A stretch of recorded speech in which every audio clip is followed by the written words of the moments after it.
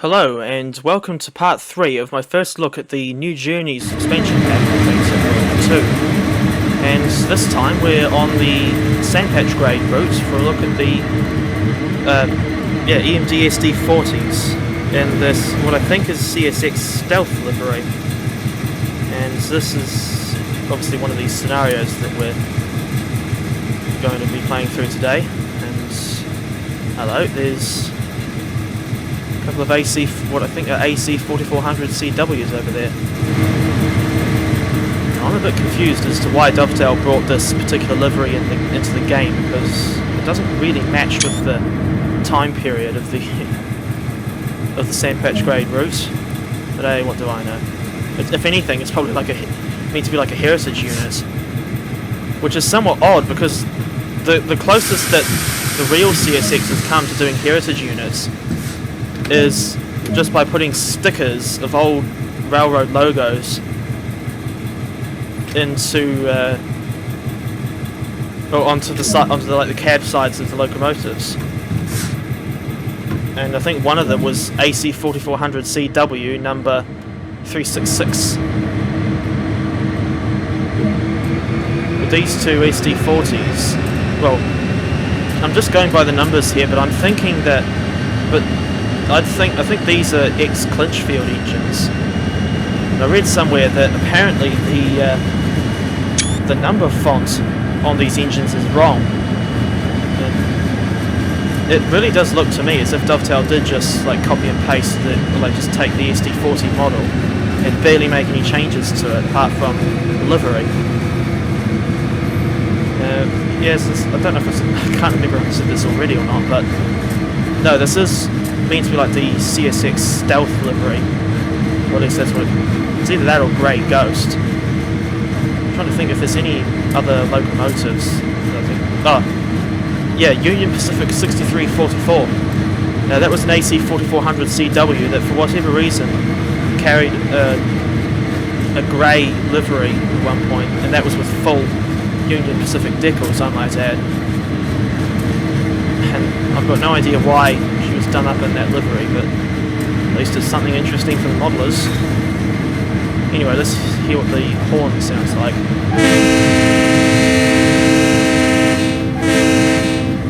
Well, that's certainly quite an improvement over what we've had previously, although it begs the question, why can it seemingly not be added as an update to the Clinchfield and especially the CSX engines, which have had the same awful default horn sound practically since day one. But yeah, aside from that minor complaint, yeah, I do like this new horn, but at the same time I'm a bit puzzled as to really what the point of this new livery was. Okay, what's going on with these brakes? It's because it didn't set the freight. What is set freight? One thing's for sure is that the colour of the cab interior, at the very least, to me, this looks exactly the same as the Clinchfield SD40, which is interesting because I've never actually properly completed a run with the Clinchfield SD40. I mean, I've tried, but that route just to me it's just not my sort of thing, because that route is very, very slow. The trains are quite heavy and consequently very hard to handle, as if they were a song from the Black Crows. And the worst problem for me is just generally the awful frame rates that I tend to get on Clinchfield. And here on Sandpatch grade, it's pretty good so far.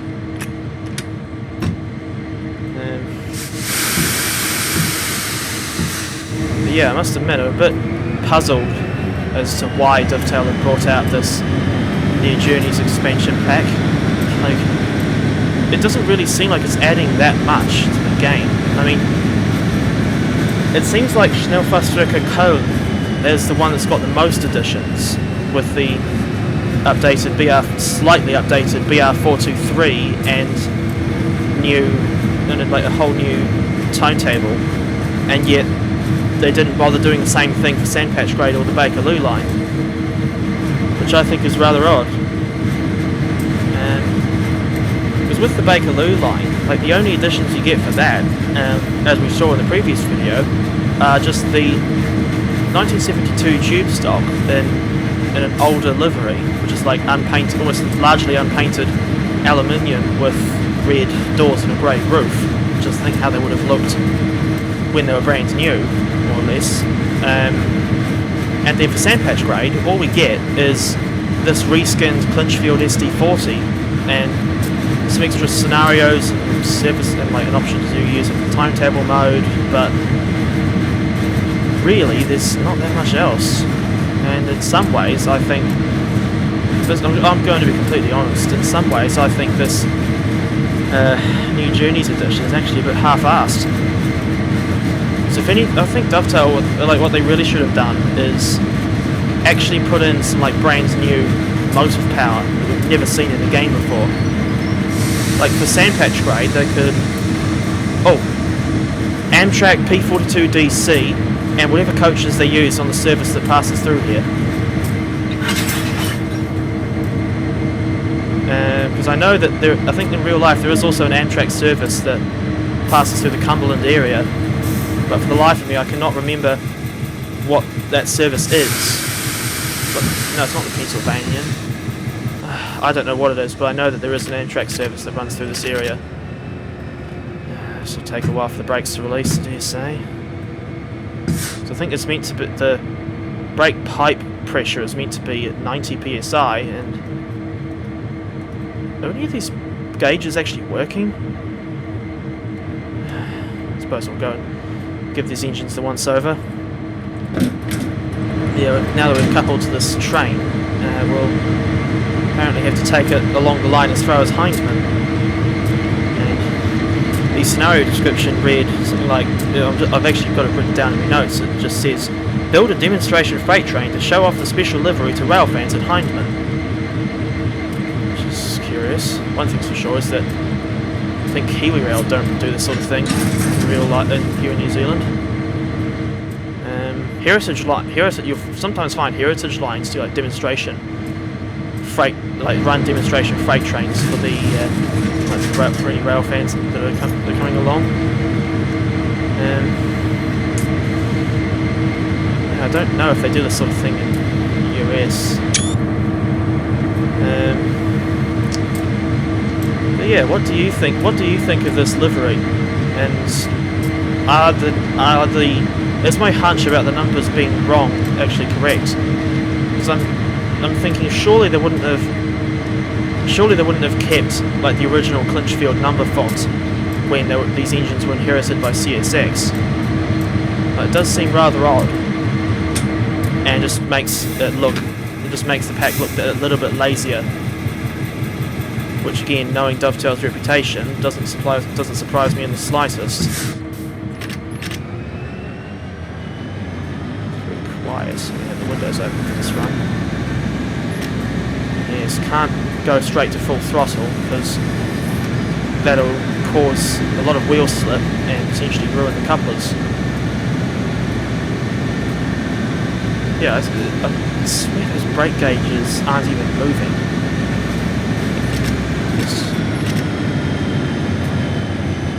Nice, we can't move.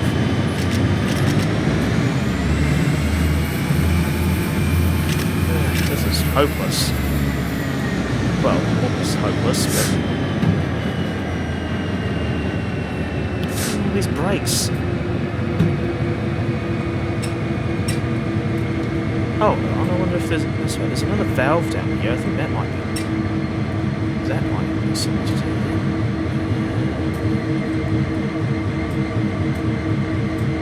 No, that's doing absolutely nothing. Either I'm an idiot or Dovetail completely screwed up with the scripting. Seems like we can't advance any more than... Oh, come on. This is not how I wanted. I do apologise, people, but yeah, this is really stumping me. And I can't understand why the brakes would be absolutely refusing to release properly.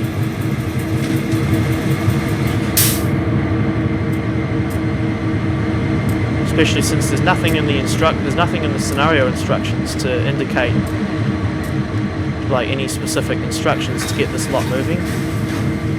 Yeah, so that presumably that's the the handbrakes. I think the wagons there, or released.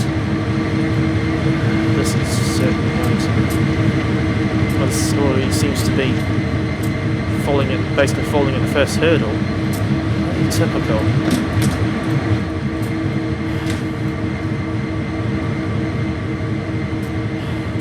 And still no signs that the brakes have released. Gauge lights are going to do anything.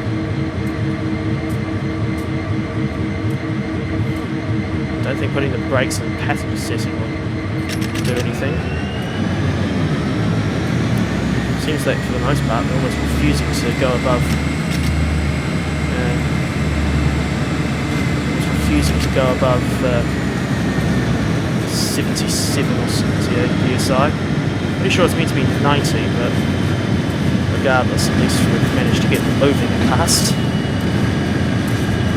Yes, I do apologise to anyone to those who are more experienced with this sort of thing than me. It's not very often that I drive American freight trains in TSW, so I mean generally the only North American freights that I'm comfortable with driving are those in like the Canadian National Oakville subdivision of the GP9RM and what have you. But yeah, I'm pleasantly surprised that it's managed to get this lot moving in the end. The wagons have got 1, 2, 3. I apologise if this gets boring, but I just want to make sure we know exactly how long the train is. 11, 12, 13, 14, 15, 16, 17, 20. It's certainly not a very long train by American standards, as far as I'm aware. It's no wonder, because we seem to be able to get this consist moving relatively quickly.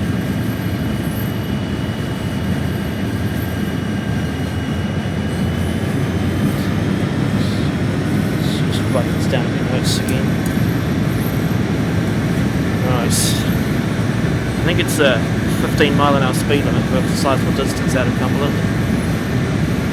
And I can certainly see I can see the timetable there, but I doubt we're going to run the time on this trip. And as such, I think the best thing to do would be to just try and if you're not going to run late, if you're going to run late, I think the best bet would probably just be to get as far along the line, or to get to your destination as quickly as you can. Right.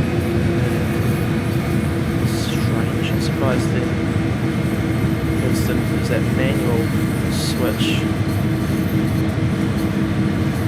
I'd have thought that these points would all be set for us.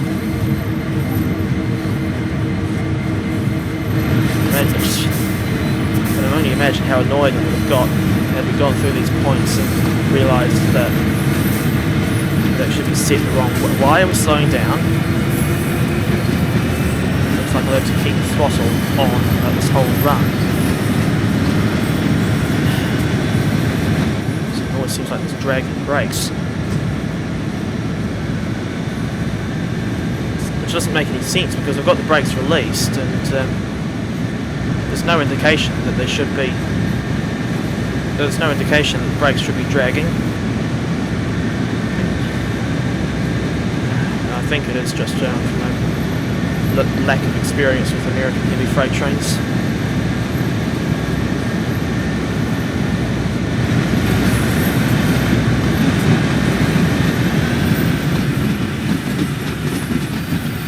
Right, I wonder why that signal is red. And it's obviously because there's probably something in the train that... as soon as I finish saying that, it goes to green! Obviously showing its concern for the environment there. Now, something I've just realised is that I've got no idea what time period this sandpatch grade route is set in. And although I'm pretty sure that this CSX Stealth livery dates back to like the early... dates back to the 1980s. And... yeah, I'm not sure what Dovetail were going for when they chose to put in this livery. Especially since the thing, as I said, about the number font, and that doesn't really look right. And at the end of the day, it's just like I can't quite understand why they did this whole New Journeys pack. Especially when there's pretty much barely anything new. And the only like truly new journeys that you can do are on Schnellfahrstrecke Köln to Aachen. And that's the other thing I find a little bit suspicious, is that out of these 3 routes, only one of them only one really got a proper new timetable with well, certainly a significantly overhauled timetable with like lots of new services. And that was Schnellfahrstrecke Köln to Aachen.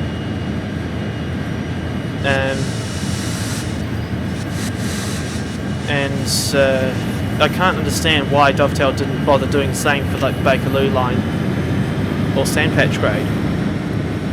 And the other odd thing was that Schnellfahrstrecke Köln to Aachen and the BR423 were the only ones out of this pack that got like a proper preview article on the Dovetail Live website, where they were going into detail over like the new services and what have you.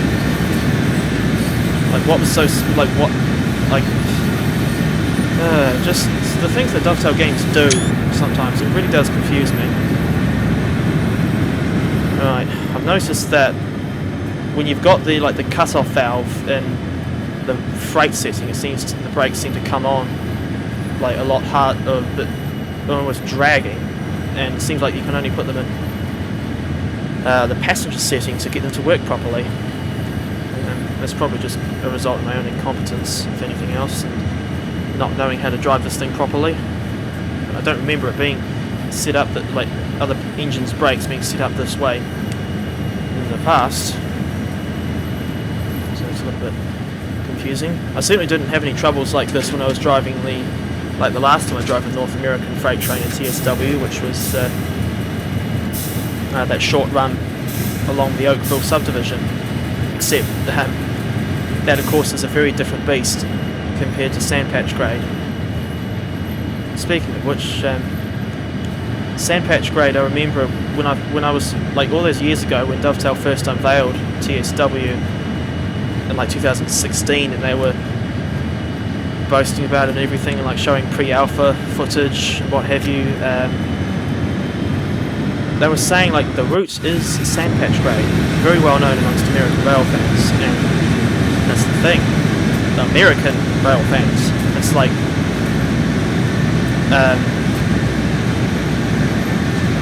for most people it would probably just mean, well, for most people outside the US, especially me, that means nothing. Like I'm not saying I disrespect the people that like these sorts of routes, but it's not really the sort of thing that interests me, if I'm honest. And really, the only reason I'm doing this video is because I wanted to show off all 3 aspects of the new, or all 3 parts of the new Journeys pack. Right, I think I can't see for certain, but it looks like we're coming up on Cumberland Station. And at this point of the route, I know that we're in Maryland, but most of this route that Dovetail have done is actually in Pennsylvania.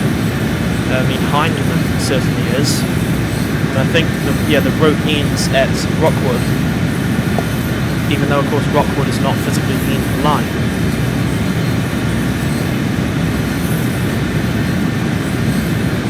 And as far as I know, Sandpatch grade is actually the longest, or certainly one of the longest routes in TSW2. and which is not saying much because it's only like 52 miles. And that's something that's always annoyed me about a lot of routes in TSW, is that this game has got so much potential to be another almost like golden standard, to be like the new golden standard for railway simulation games.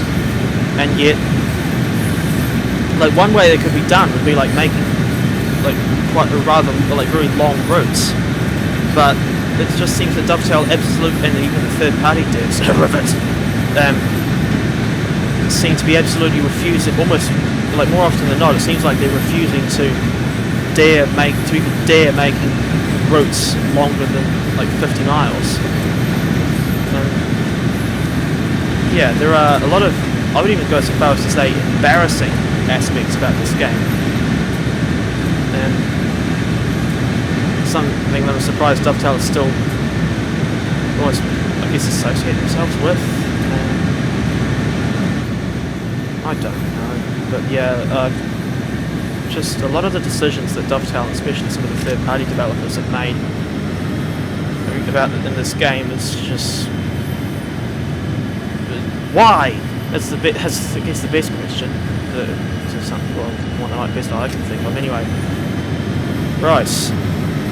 Now, with any luck, we should be able to get up to a decent speed once we get out of this town, which I can tell has very basic street traffic.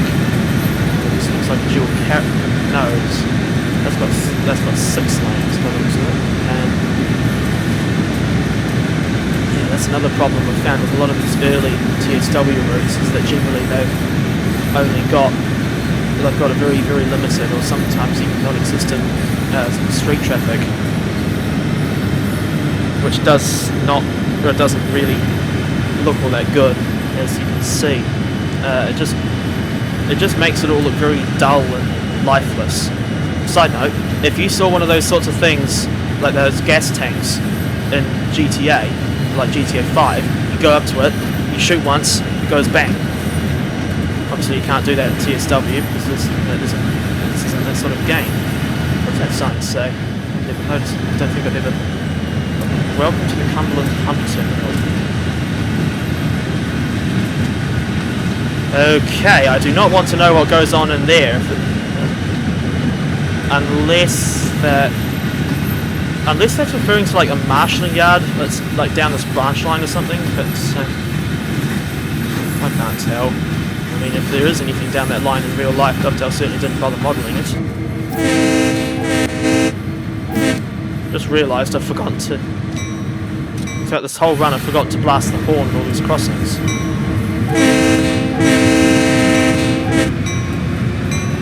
This bell sounds the same as what I've heard before. That's nice. The bloody clapper, the bell clapper thing doesn't move. Whereas it does. I remember that it does on the GP9 RM from the Oakville subdivision. And it's like this inconsistency is quite shocking, because like Dovetail, what? Okay, this is confusing. So it moves back and forth only when you switch the bell on or off. Makes sense to me, he says without any sarcasm. There are certainly a lot of strange aspects to this game. Even though I've been playing it for like at least 2 years now, there's still a lot of aspects about TSW that I just don't understand. Right. I'm going to try and get to the speed limit quickly, because I want to get finishing this run before too long, because I've obviously got to get these videos uploaded. I'm thinking of trying to do something else today, but like some sort of video, but I'm not sure what else as I record this.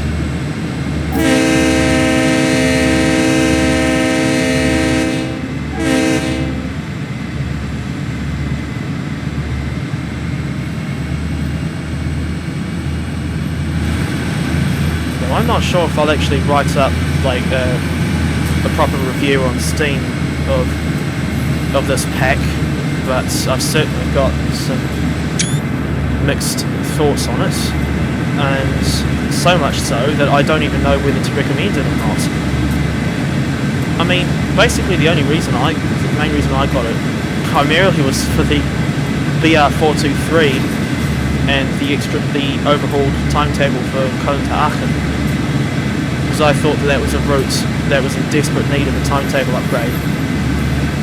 And I'm sort of indifferent with the likes of the Bakerloo line and Sandpatch grade, although I think the Bakerloo certainly does need an update for the timetable to be more like a proper metro line, because sometimes you'll get frequent headways on that route like 20 minutes to that's even an hour, I think, which is horrendously unrealistic for like a metro line in London. Of course, not called metro in London. What am I saying? But no, what I am saying is that the Bakerloo line timetable in TSW is generally very, very quiet. And I think in real life it's supposed to be, the train needs to be like every 2 to 5 minutes. Yeah, there's just a lot of things I don't like about the way Dovetail did the Bakerloo timetable. Sandpatch grade, on the other hand, is one of the things I've always had a problem with is the timetable. Like when you go to try and record like rail fanning videos on this route, it's not like it's basically like the opposite of what you can do on Nachburg and Dresden, where generally you can spawn in at any old location on that route, aside from perhaps a single track section between Fürstenwitz and Grossenheim, where you can spawn in and you don't have to spend too long at these locations before you've already caught like 10 trains. Especially if you're on the section between Dresden Hauptbahnhof and Dresden Neustadt. That's by far the busiest section of that route. But Sandpatch grade, I think, is the services like generally every hour, if that. It's like here in Tauberg, the Kiwi Rail services. There's at least like one train like every 2 hours. And the frequency sort of ramps up in the morning and evening, but generally I think it's like 10 or 11 trains a day in each direction through the city.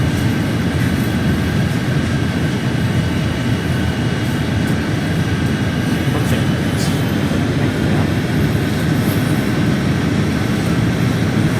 I must admit, I don't really have much of an opinion on the Sandpatch grade routes. Like there have been times, of course, where I've gone and driven services along here, like the CSX, the General Electric C40-8W. Although those videos didn't do very well, so I haven't really revisited Dash 8 since then.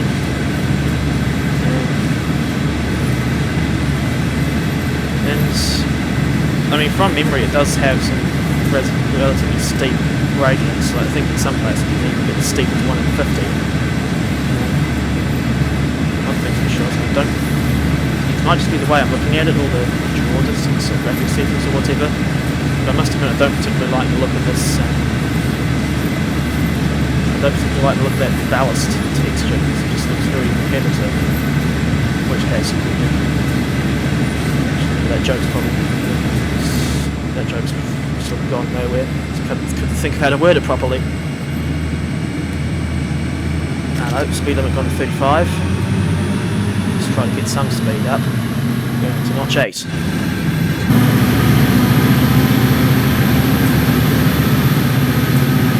There's a thought.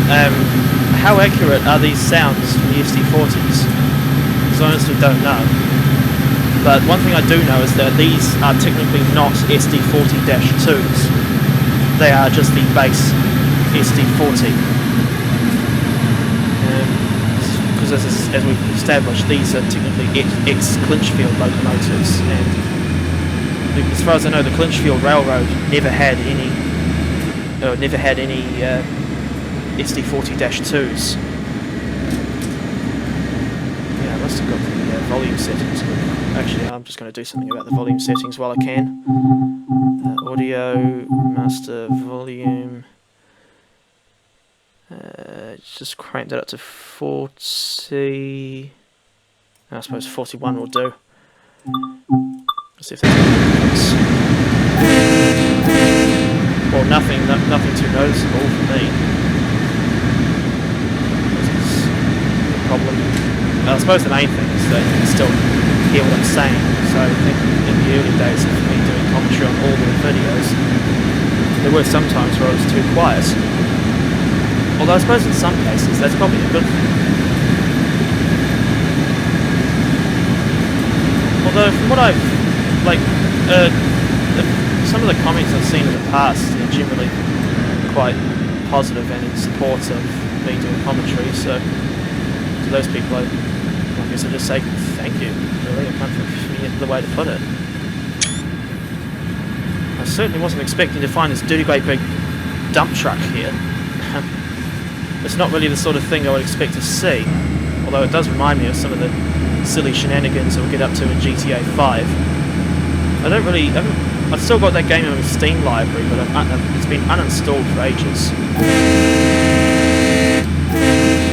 Mainly because the online or multiplayer version was quite difficult to handle, especially when you get griefers with the stupid oppressors.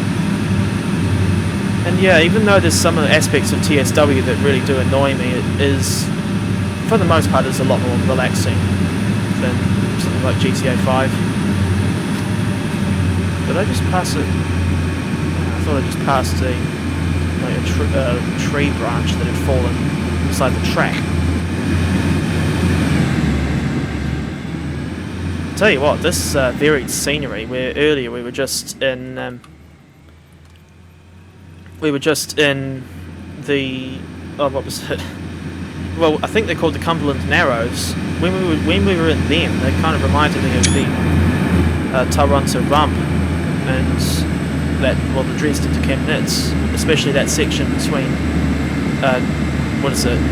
Well, like once you get past Dresden Plow and on towards like Freiburg Sachs, that section is similar because it features like winding your way through very narrow valleys and then opening out when you're going along almost like the top of what feels like a plateau, or like the valley widens out, that sort of thing.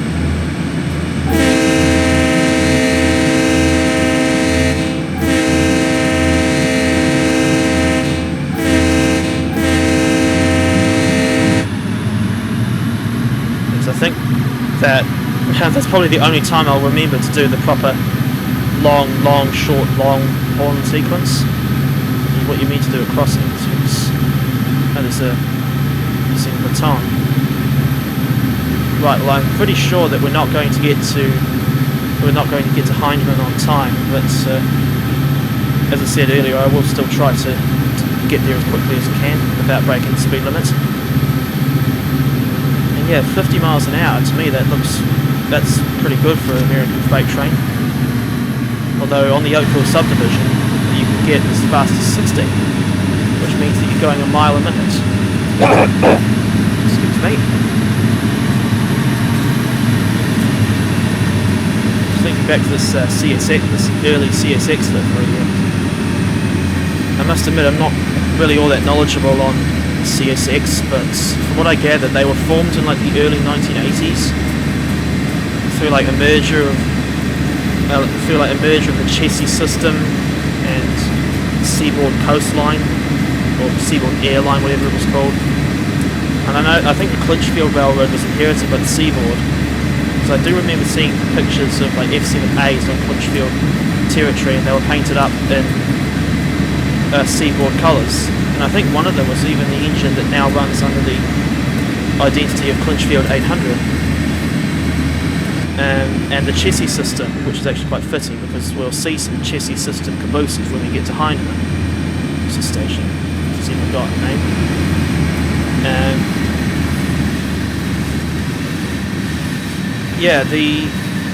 It was a merger of the I think it was a merger of the Chessie System. Oh, hello. Merger of the Chessie System and what else? Yeah, the Seaboard. I don't actually know what the X is short for. So I'm pretty sure that the C is short for Chessie System, is referring to Chessie, and then the S is for seaboard. But perhaps the X just means unknown, kind of like Malcolm X, if anyone knows about him. So I think originally his name was Malcolm Little, but he changed his name. Later changed his name to simply Malcolm X because he didn't know what his original African tribal name was. There's another vintage station building, although I think didn't they call them depots in the US? I should add that I know so little about the Sandpatch Grade routes that I don't even know how far, what area this is. I mean, I think the only place names I'm aware of, familiar with, obviously Cumberland and Rockwood, Eddie Keenan and Root, and obviously Hyndman.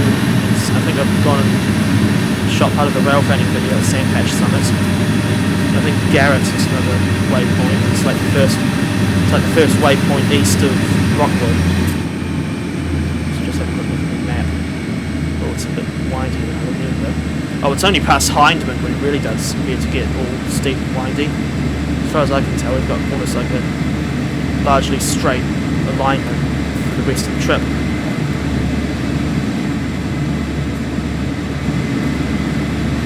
I'm actually rather enjoying this so far, even though there was a bit of trouble getting the brakes to release and to get moving from Cumberland, but I'm actually kind of relieved that we got there in the end. And yeah, I'm just thinking, what do you think of this new Journey suspension pack?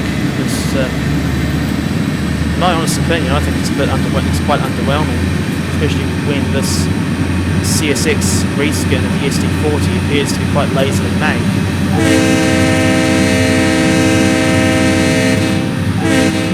I might actually have to do some digging, do a bit of research once I've finished this run, because I've never actually seen a picture of a real SD40 in this livery, but I'm thinking surely they wouldn't have had the exact same font, number font as carried over from Clinchfield. I mean, these are the other dead giveaway is that these are Clinchfield numbers, and I don't know for certain whether or not CSX ever actually did retain these same numbers on the ex-CRR SD40s. It's an old-fashioned, sort of looks like a barn. I've just realised there's an awful lot of crossings along this section. At some points on my own time I might actually try to revisit this route, do a full length run. And as much as I would like to, I think a full length run of this route would be too long to feature in a YouTube video. Generally I'd try to keep my TSW gameplay at least no shorter or no longer than an hour. Even then, that's kind of pushing it. Doing a little bit of punctuality than I was initially thinking, and this distance, to me, it seems to be going down a lot faster than I initially think. That's one thing I remember a lot of people some people being quite buzzed about when TSW was first announced, is that being able to open the fused cabinets and leave your seat while you're moving and go walk around.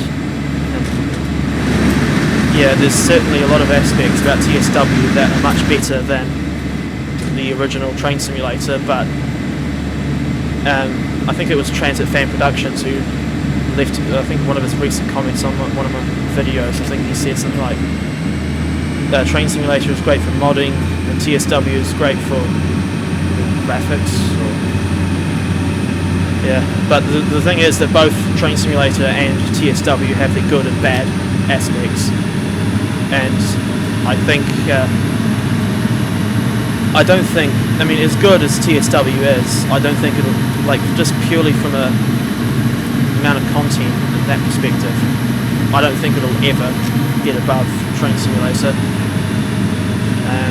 Because Train Simulator has been around for much longer and has had a lot more time to establish itself, and certainly much better, or much better modern scene, with TSW is a lot harder. Well, they're saying that. I have managed to get quite a few mods for TSW done. They're actually a lot easier to install than you would think. But yeah, there aren't as many like TSW mods out there, and I'm not even there's like an insane number of mods for Train Simulator. And I think even though Dovetail have almost abandoned Train Simulator to focus on its successor, there's enough people like freeware developers and like third-party payware add-ons, what have you. There's enough of that lot around to keep the old Train Simulator going, I think. And there will still of course be people that feature TSW a lot and like play the game. Don't really know what else to do. In my case, I think TSW is certainly a bit of an easier thing to play than Train Simulator, especially in terms of like the loading times. I mean, my god, Train Simulator just feels like it takes a toad's age to load, whereas with TSW you're on and drive. You're in the game. You're off and away driving something or standing trackside within like 6 minutes, maybe 5 minutes of pressing the play button on the Steam library. And I think despite being a more graphically intense game, I'm impressed at how short the loading times for TSW are. Let's see, we're a bit late. It's Hyndman. I wonder if there's anyone in that ute with a camera. Although I would have thought that they would go actually get out the ute and stand trackside. Screwed up that description. I wonder why it's saying we have to stop at that waypoint. Because it's saying that we've got to stop at downtown Hyndman and sound the horn for the railfans, and presumably like blast the horn and then continue on to that waypoint that's labelled as North Hyndman. Might be the same sort of spot where I think there was a scenario in the original route ended, where I forget what the scenario was called, but it was one where you had to take a pair of SD40-2s on a light engine run from Cumberland to Hyndman, and I think it might have been like bringing up helper locomotives, but I could be dead wrong. I do remember saying earlier that we'll see a couple of Chessie System cabooses on display when we get to Hyndman. I don't remember exactly what spot they were. It's, yeah, even in this view you can't really see them.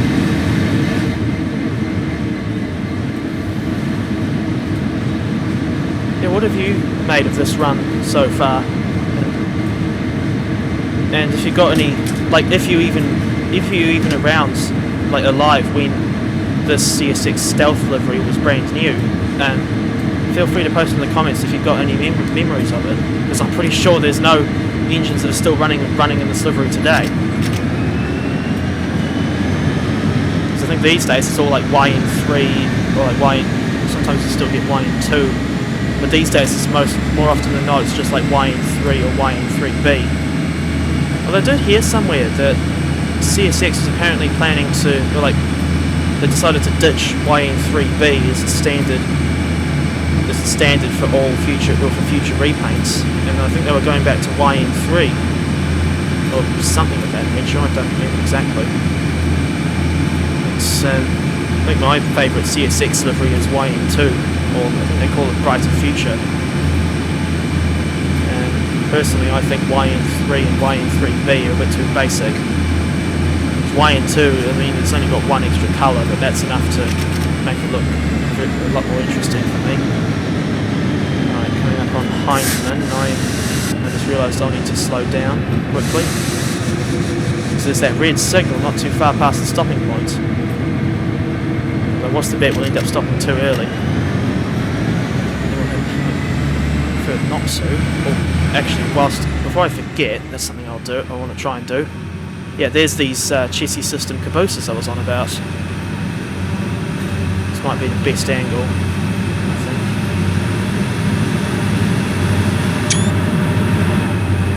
Yeah, I do like how Dovetail were able to model in those two cabooses, even though they're basically just static objects that you can't even climb up onto the platforms at each end. Which is a little disappointing. Hello, there's actually some railfans here. This is actually the first time I've ever seen this sort of thing scripted in TSW, because generally I think most of the scenarios are ones we don't do, like special excursions. Like, well, this isn't technically an excursion, but sort of like a demonstrating a railfan trip or something of that nature. I don't really know. Right, made it to Hyndman. We'll park up here for a while for people to enjoy the special livery. Okay, well we're quite early actually. Oh, these are static figures. That's a strange way to hold the camera.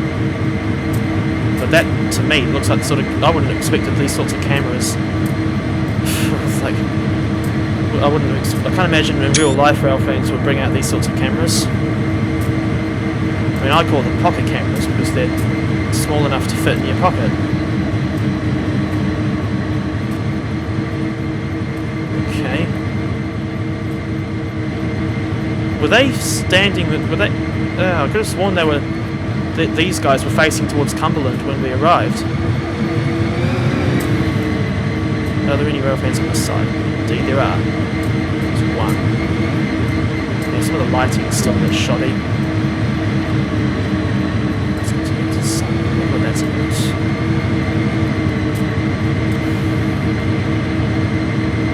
But I must admit, I'm impressed at like the fact that Dovetail actually did go to the effort of putting in these like railfan people here to actually get photographs of these engines. But we'll try to do a fancy demonstration of the horn before we start moving again.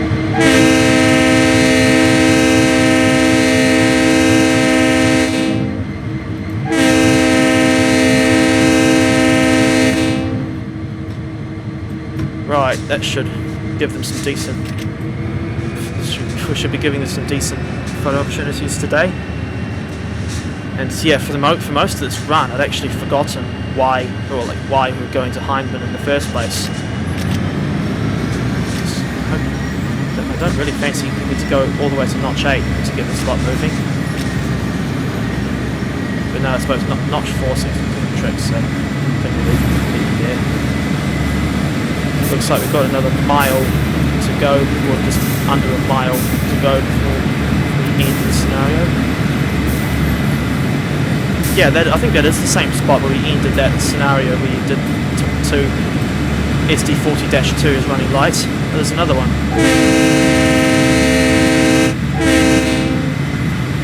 That's the point. Perhaps there'll be other railfans dotted about as we go along. Doesn't look like there are any actually. Hang about. This is a strange looking structure. It almost looks like the world's tiniest petrol station. Yeah, I can't tell what it's meant to be. Hang about. And wait a minute. Looks like... Oh, thanks, school bus, you ruined the shot. It looked as though that person was actually like walking along but like floating a little bit above the ground, which is rather weird. Yeah, I'm surprised there's any like NPCs walking about along this line, or spots along this route, because of course it is just freight only, and there was that Cumberland station, but other than that, there's no indication of like potential passenger services along this route. Excuse me. Yeah, I was thinking that this run would actually be very long, drawn out, and boring. Although some people probably would think that. It's no, I certainly enjoyed it. Even though I don't really get why Dovetail just lazily reskins the Clinchfield SD40 this old CSX livery, but well, at least it's, I mean, at least it's a new livery to the game. I don't know what else I can say about it on this front.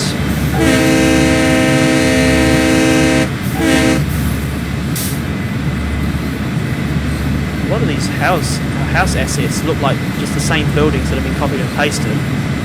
Doesn't surprise me, because I've certainly think Dovetail have carried this tradition onto later TSW routes, especially Long Island. I mean, for all I know, it probably does look like this in real life, but it just, to me, it makes Dovetail look a bit lazy. Which probably comes as a surprise to absolutely no one. I mean, I've already said my piece about the almost like ins and outs of this SD40 reskin. I mean, that's really all it is. It looks, I mean, it doesn't look like they've changed that much about the model itself. It does look like they've literally just taken it and taken the Clinchfield model and gone and repainted it. But I dare say there'll probably still be some people that will quite enjoy this livery. But no, to me it's just not my cup of tea, if I'm honest. And I think my favourite part of this new Journeys expansion pack already is the overhauled timetable for Schnellfahrstrecke Köln to Aachen. But I still can't really understand why Dovetail didn't appear to do the same, like to go to the same effort for the other two routes. Well, I suppose it's best to just be happy with what you've got, or grateful for what you've got, I suppose. And, I guess just roll with it in some ways. As for future coverage of new TSW add-ons from me, I'll probably try to cover that Metro North Railroad one when it comes out. Not much else that I can think of that's worth covering once it's released. You know, that's quite late, but regardless, this has been my coverage of this. Now that we're at Hyndman, that brings us to the end of my coverage of the new Journeys expansion pack for Train Sim World 2. And yeah, I do hope that you've enjoyed this little trilogy, although I suppose if the length of the video is anything to go by, it can hardly be called a little trilogy, but no, regardless of that fact, I do hope that you've enjoyed it, and feel free to let me know if you have any thoughts on this new pack in the comments. And yeah, until next time, thank you very much for watching. Take care, everyone.